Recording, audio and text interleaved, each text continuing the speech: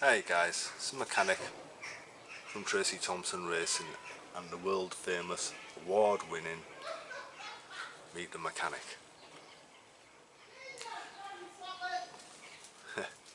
Today we're going to do a ball joint. Not the most interesting of jobs I know, but that's what we're going to do. That's all we've got to do, just reshim a ball joint.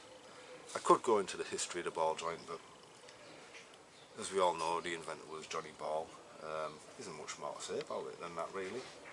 Anyway, I'll put the camera on the stand and we'll have a look. Whip the wheel off, whip the ball joint off, see how many shims we've got to take out. Oh, there's the wheel. We'll quickly whip it off. Crack the bolts off beforehand, so it shouldn't be too much.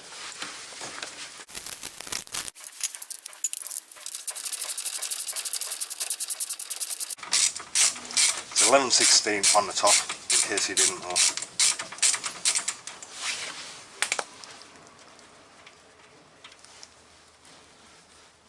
Again, put that bolt somewhere safe so I won't be able to find it later on, along with a washer. There's a couple of ways of doing this, splitting this top joint here. Obviously we need to split the top joint so we can get this large bolt. You used to always use a scissor where you just break in, but it leaves scars. It's not the greatest thing to use. So we use one of these now. Sometimes we're lucky, you can tap it a few times with a hammer and it'll release, but most of the time it's with one of these. I'll give it a tap and see what happens. Not a lot, might have freed it up a bit though. I will go back and put that nut on the top. Just to protect the threads really.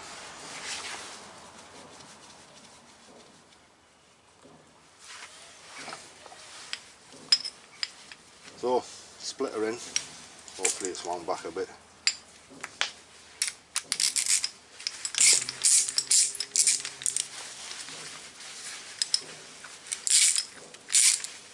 It is now.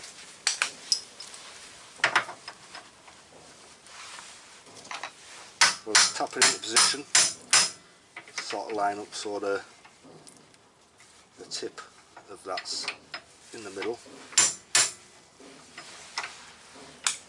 Thereabouts.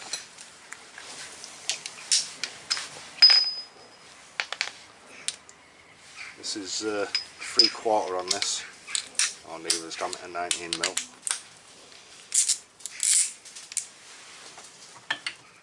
We'll just tighten up this bolt here, which I'll see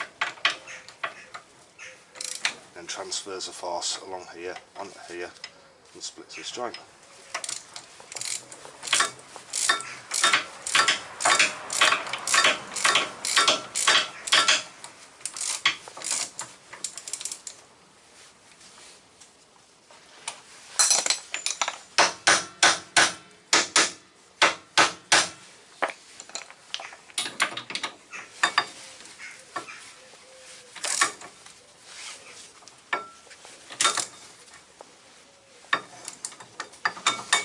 Move the other side so I'll get a bit of leverage.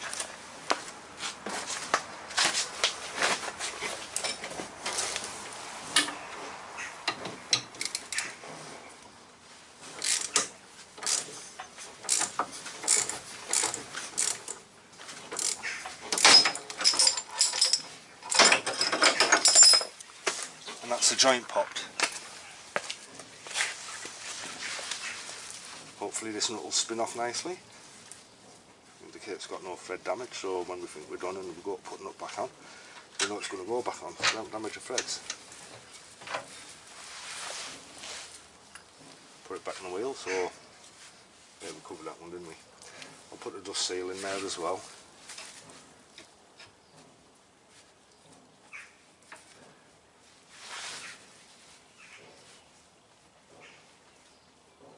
It is the tiniest amount of play. You're always told to flick them when you assemble them, and that'll tell you whether you've got your ball joint right or not. On this, if I hold it there, I can feel the slightest movement. You can feel it more when you grab hold of the brake disc and move it while it's in position. It's enough to hopefully just take a little thin shim out. It's a bit too much for grease to take care of.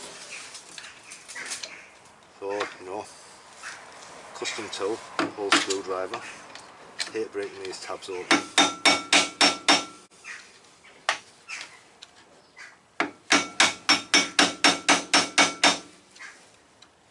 Unlike a lot of road cars, this is a fairly recent ball joint.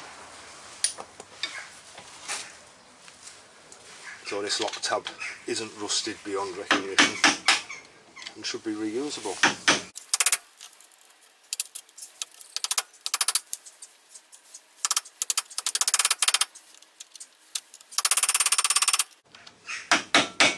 I think we've got enough of that clear maybe, or have we? No.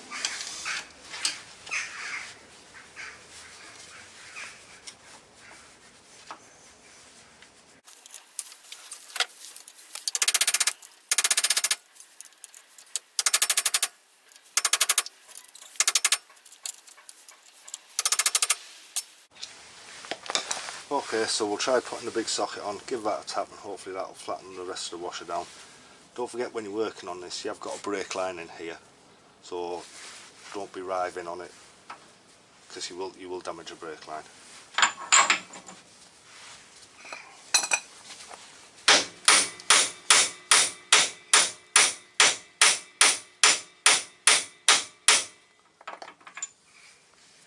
Let's flatten the washer down enough so we can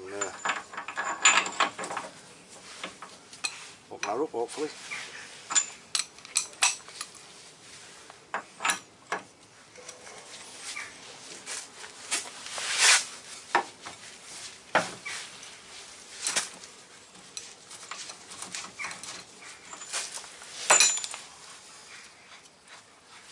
I'm hoping we've got a small shim in here, just really thin shim. There's the ball joint itself. Won't put it on the floor so I don't want to pick up any more. Have a look and see what we've got shim wise.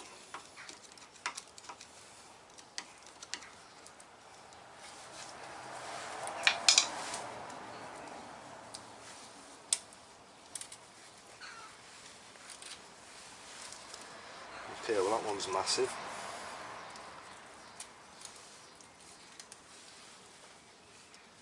That one's quite thick too.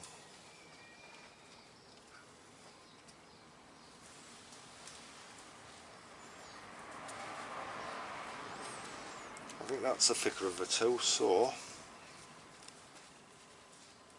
maybe that one is. I'll put that one on. I'll have a look in the van.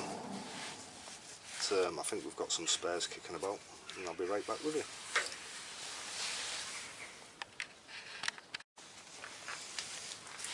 So we had another shim kicking about in the van. Slightly thinner.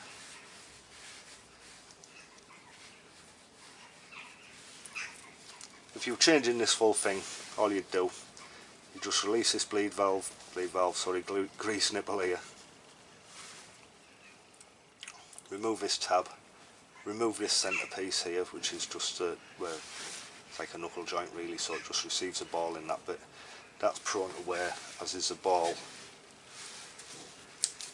itself, that's prone to wear too.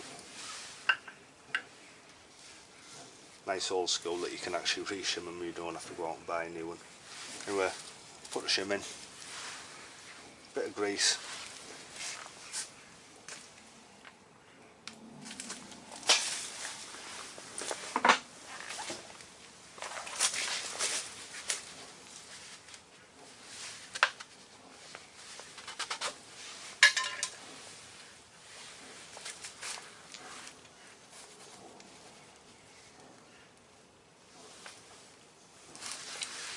And put a load of grease on, just enough. You know, we've already got grease in there. It hasn't done that many miles, to be fair.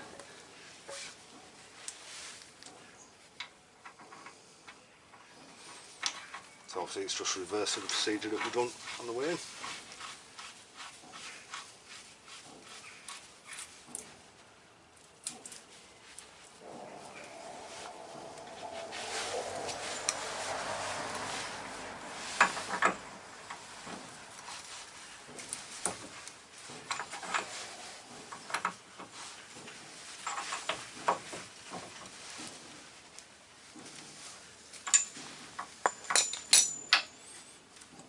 we've still got movement across there freely.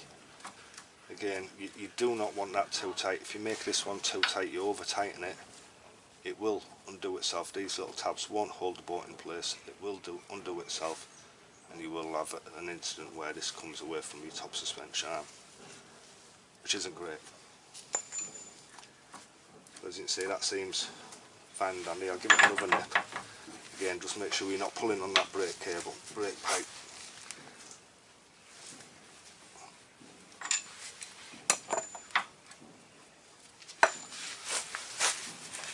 And one more for luck.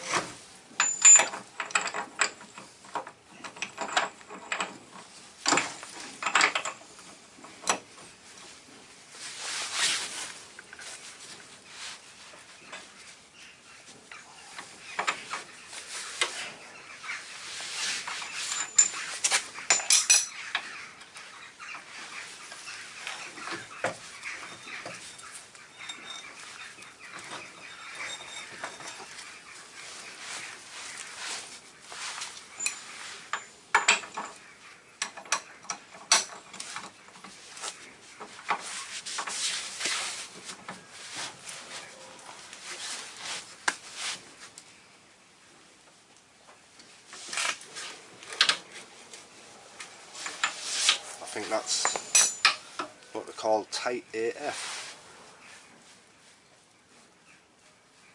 And zero play. So I'm happy with that. All I've got to do now, lock tabs back over, dust cover back on,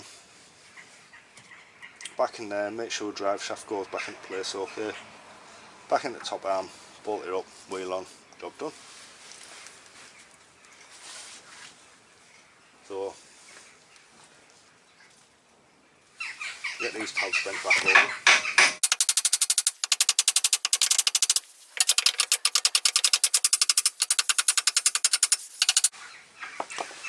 That's the tabs bent back over, dust cover on, so we're all lined up with the drive shaft, and then into the top arm.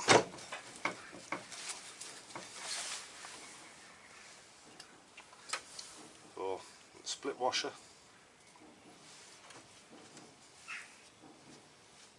your nut,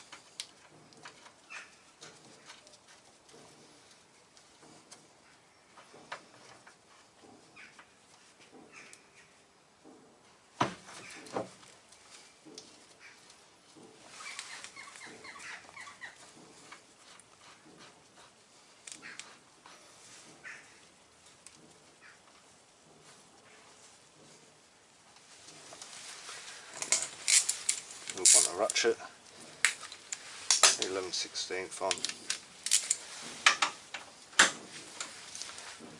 Just push it up into place so the taper pinches it so it'll stop it spinning.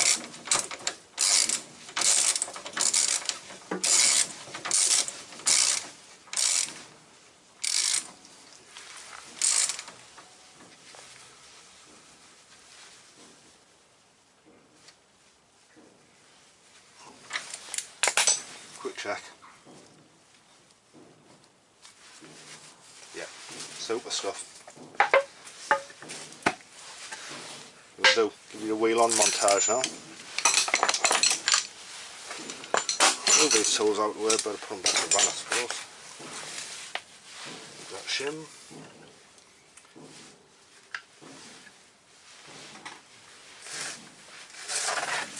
Handily placed 4 wheel bolts.